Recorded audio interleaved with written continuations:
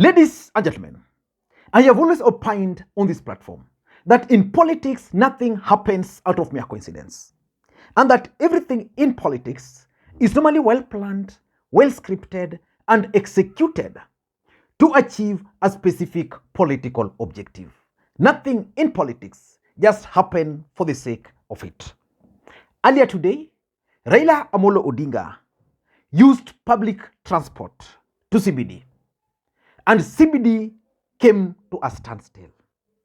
What was Raila Odinga's objective of that particular move? Because for those who followed Raila Odinga today, Raila Odinga actually left home, his house, on foot.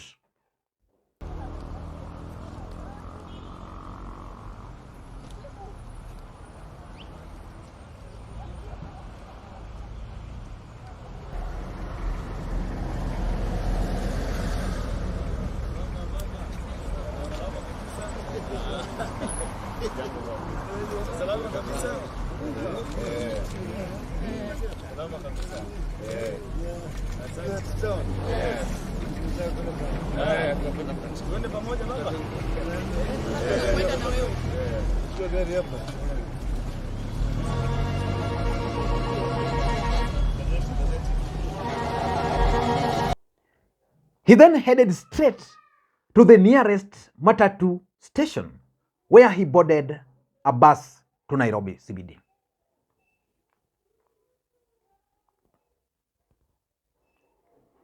And immediately Raila Odinga alighted in CBD, he walked on foot along BC Tomboya Street and Dedan Kimathi streets.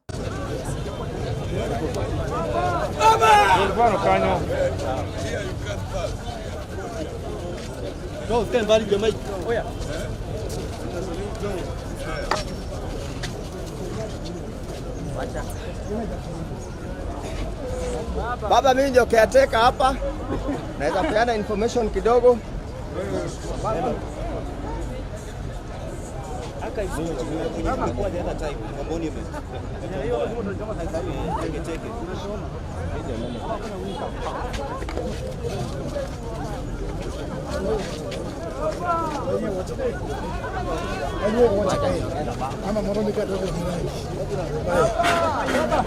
Chukua mgeni.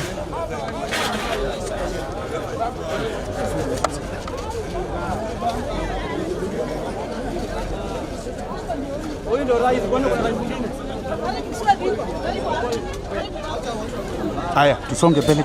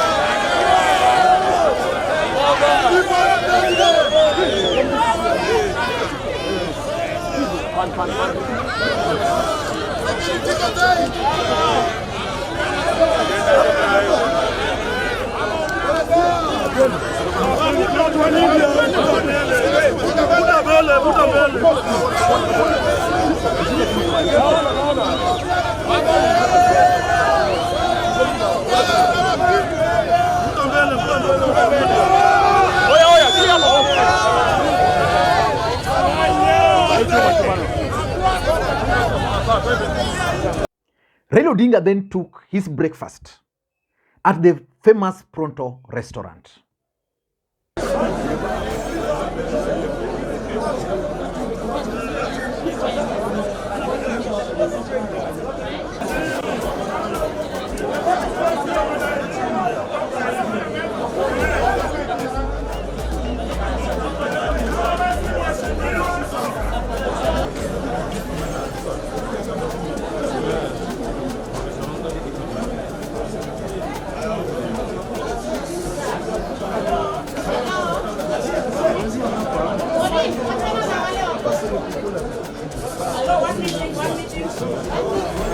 And by the time Raila Odinga was taking his tea, a crowd was already outside waiting for him. And when he left Pronto, Raila Odinga then addressed an impromptu rally.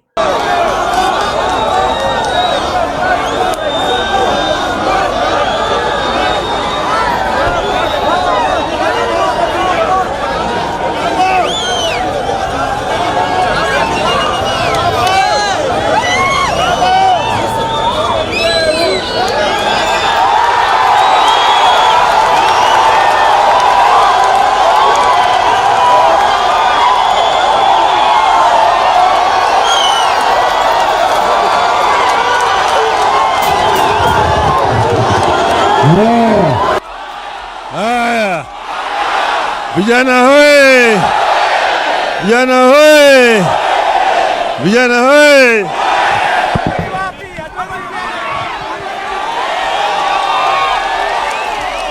Sawa sawa, vijana. What was Raila Odinga's main mission in Nairobi today? That's exactly what I want us to look at in this particular video. But before we do that, for those who are watching this channel for the first time, please take a second or two, click that subscribe button so that next time we produce a video like this, YouTube will automatically notify you. What we do on this platform is that we analyze politics in a way you can't find any other place. So kindly press that subscribe button, and also don't forget to press thumbs up if you are already subscribed. Ladies and gentlemen, Raila Odinga today shocked the entire country. As a matter of fact, Kenya Kwanza are in panic. How would Raila Odinga just leave his house on foot, board a matatu to CBD, in CBD walk around? Actually, he chose the busy two streets. Those are very busy streets. Then he took tea at Pronto. That's normally my favorite joint whenever I'm in Nairobi. Then from Pronto, Raila Odinga then addressed gathering, then he headed to his office. What was his objective? In my view, Raila Odinga wanted to achieve the following objective. Number one, which I think is the main thing, is that Raila Odinga is reconnecting with his support base. For a very long time, Raila Odinga used to be the voice of the voiceless. But when Raila Odinga entered into the handshake with Uhuru Kenyatta, there are certain things which he lost. And William Ruto managed now to appear to be pro-poor. Raila Odinga has always been known to be the face of the struggle of the poor in this republic. So by going to the stage there, using a matatu to Nairobi CBD, then walking in the streets of Nairobi, then taking tea there, and those thousands of Kenyans then waiting for him, Raila Odinga actually connected with them. Because while in CBD, Raila Odinga actually used one of the shoe shiners there. Then after that, he went to take tea. So clearly, Raila Odinga, in my view, is literally trying to reconnect with his key support base, something which he lost during the handshake. I'm sure if we were in a handshake era, Raila Odinga probably would not have done that. And these are the things which Ruto did, which made people actually shift to his side. Now that they are in office, and that's what Raila Odinga is telling them, now that they are in office, they don't care. Which takes us to the second objective. Raila Odinga is trying to dismantle the hustler versus dynasty narrative. William Ruto successfully managed to use the hustler narrative to his advantage during the last general election. But the hustler narrative is dead. Because when William Ruto appointed his cabinet, no hustler. He's been making appointments, no hustler. William Ruto increased taxes, and the cost of living is up there, targeting the hustlers. But Raila Odinga is now trying to dismantle that hustler narrative by using public means, sharing their pain. You see, like when he got out of the car, Raila Odinga actually explained that he used 150 to Nairobi CBD from Ngong, then back. That's 300. So if you have 1,000 and you have to report work in CBD, then you use 300. You are not yet back, assuming the kids are also going to school. So basically, Raila Odinga is telling these hustlers that you made a mistake by electing that guy, because he promised to reduce some of these things, but he's not caring. Leo tuliamua kuhisi vile wananchi wa kawaida wanahisi kila siku. Nimetoka nyumbani, nimetembea na mguu mpaka stendi ya matatu, nikanunua gazeti, nikaingia ndani ya matatu.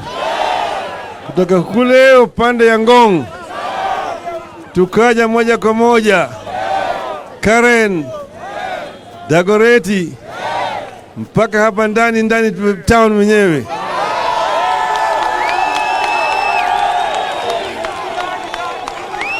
Waliniambia ati kila siku kutoka Ngong hadi town hapa wanalipa shilingi 150, kurudi 150, kila siku ni shilingi 300.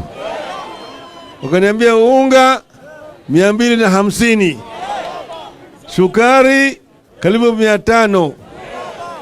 Wakaniambia mafuta ndio hiyo, kodi ya nyumba ndio hiyo, karo ya shule, haya yote. Kwa hivyo imekuwa adimu sana. Wakaniambia mimi wamechoka. Mmechoka.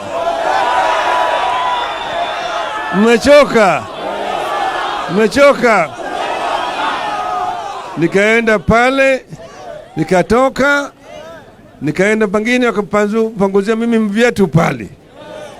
Alafu nikaenda pale kutoa heshima kwa marehemu Tom Mboya. Kisha nikaenda nikatoa heshima kwa marehemu Dedan Kimathi. Alafu sasa wamama walinialika hapa chakula ya asubuhi, breakfast, ambao wanajiita ni matractors. And the timing is such that on Wednesday, matatu operators will also be on strike. So that's the second objective of this trip, if you ask me.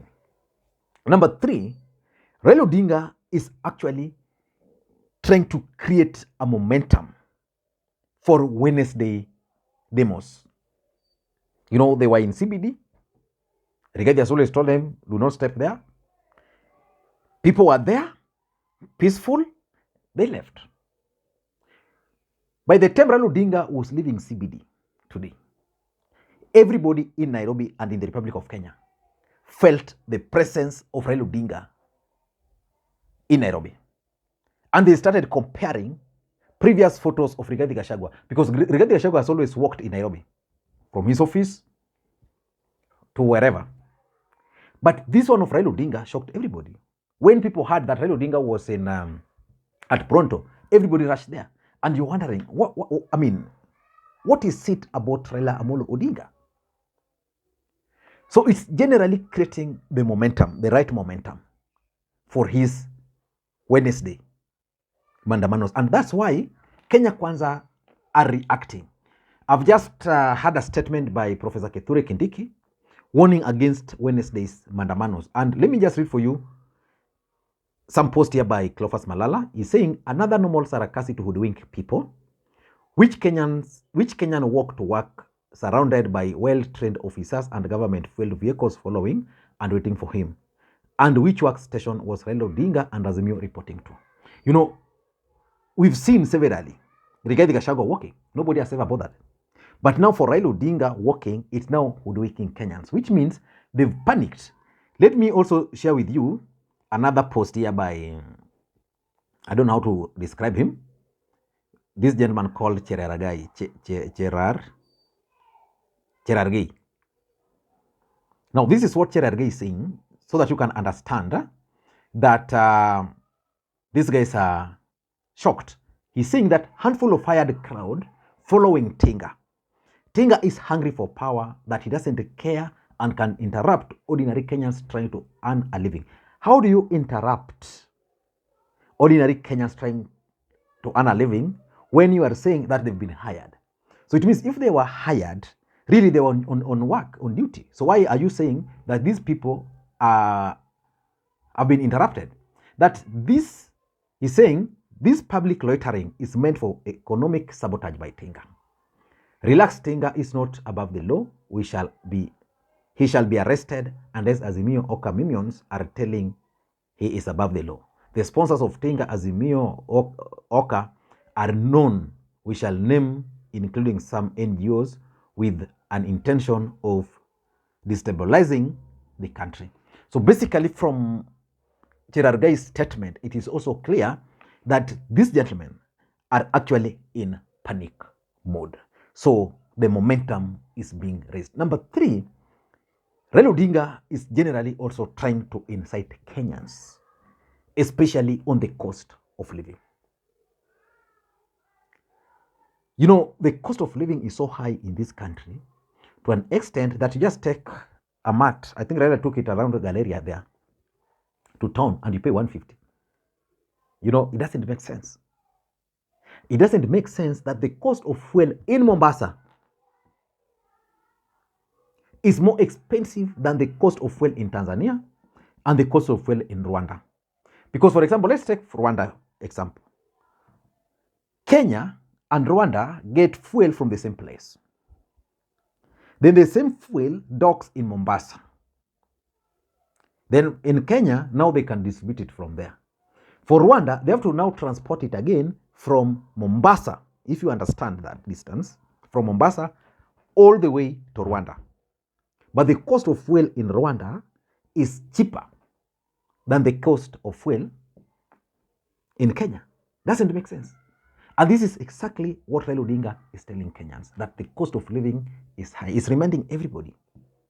And number 5, in my view, I think it was also the symbolic arrival in CBD. Because these guys walisema, mwalimu wa maths alisema hawatafika mbali.